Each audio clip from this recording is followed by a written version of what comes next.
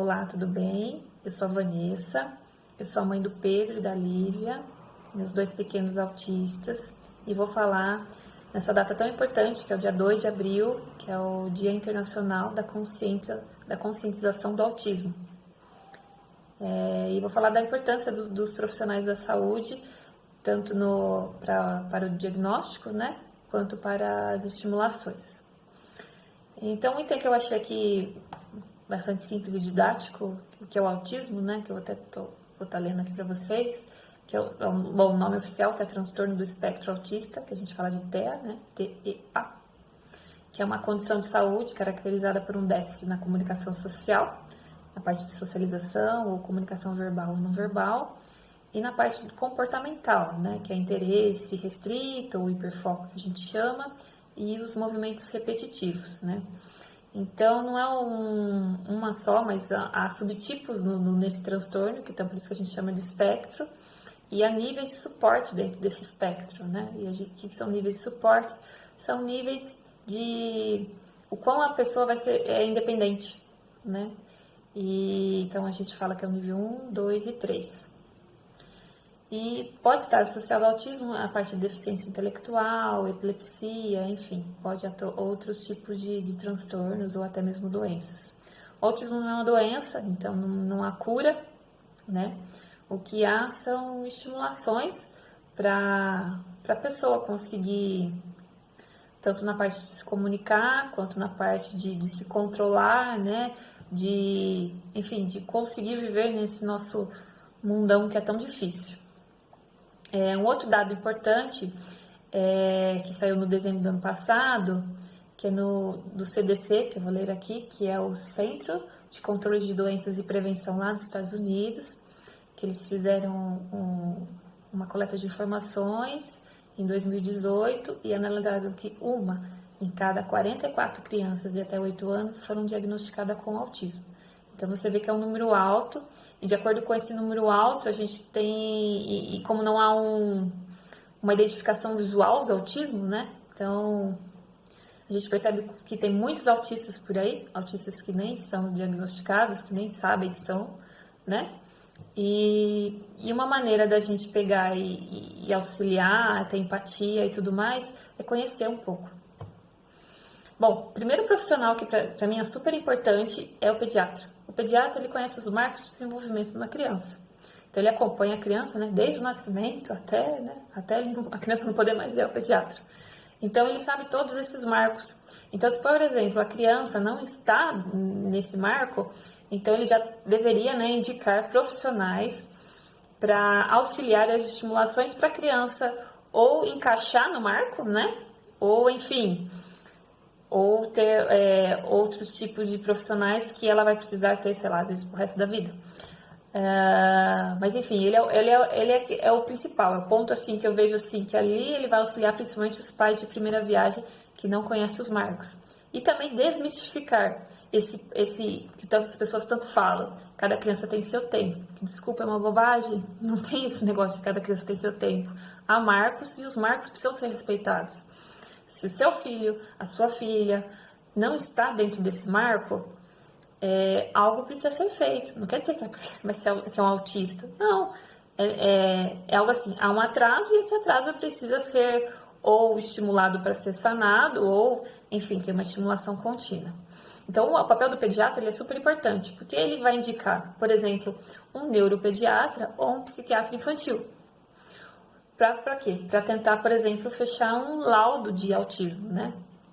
Tanto o psiquiatra quanto o neuropediatra, ele não vai fechar um laudo sozinho, ele precisa de outros profissionais, precisa de uma equipe multidisciplinar para aplicar testes comportamentais vamos falar criança, porque o ideal é sempre, né, a gente fala da estimulação precoce e da identificação precoce, que isso vai fazer, assim, a diferença pro resto da vida da pessoa. Então, o neuropediatra, ele vai fazer alguns testes, né, alguns exames clínicos.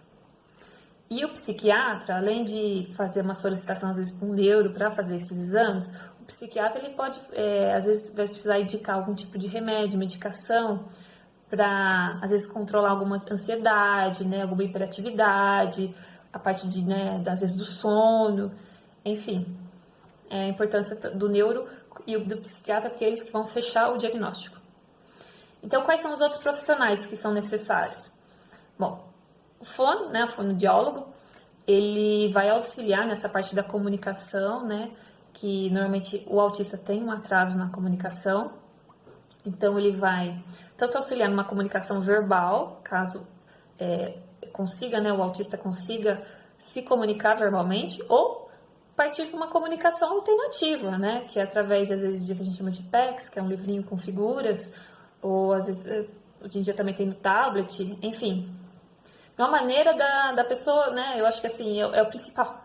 Uma pessoa precisa se comunicar, né, seja verbalmente, seja através de gestos, seja através de figuras.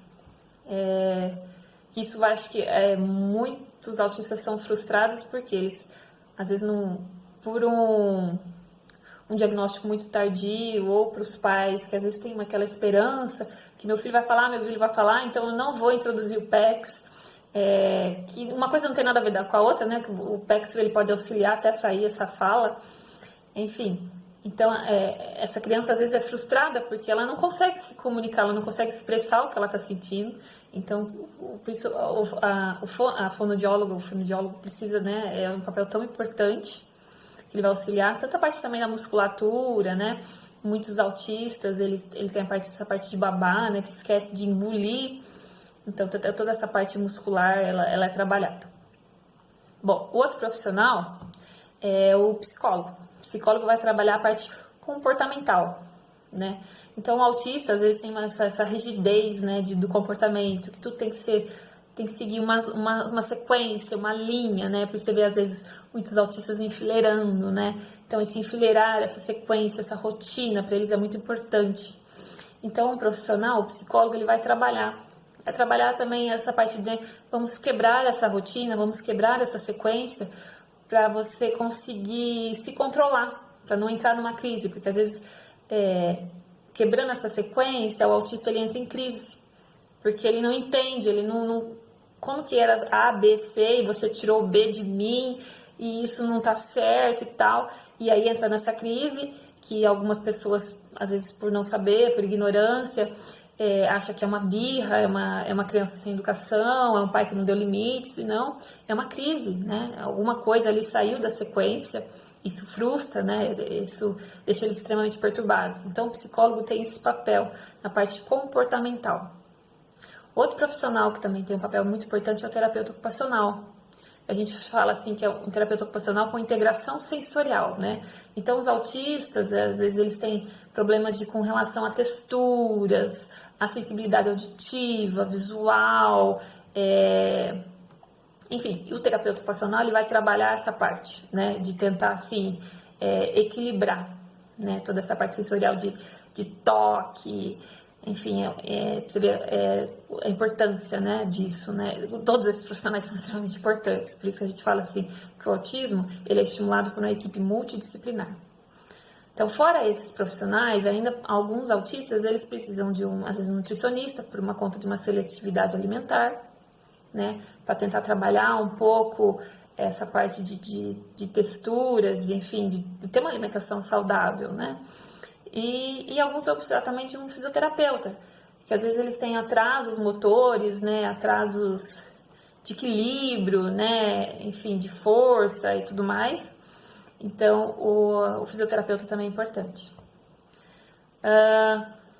E eu também gostaria de falar, né, do papel também importante de outros profissionais de saúde, por exemplo, dos enfermeiros, né, a hora que a gente vai fazer um exame, levar nossos filhos, enfim, para fazer um exame, uma cirurgia, né? Esse olhar caridoso, puta, vou auxiliar um autista, o que será que eu preciso, né?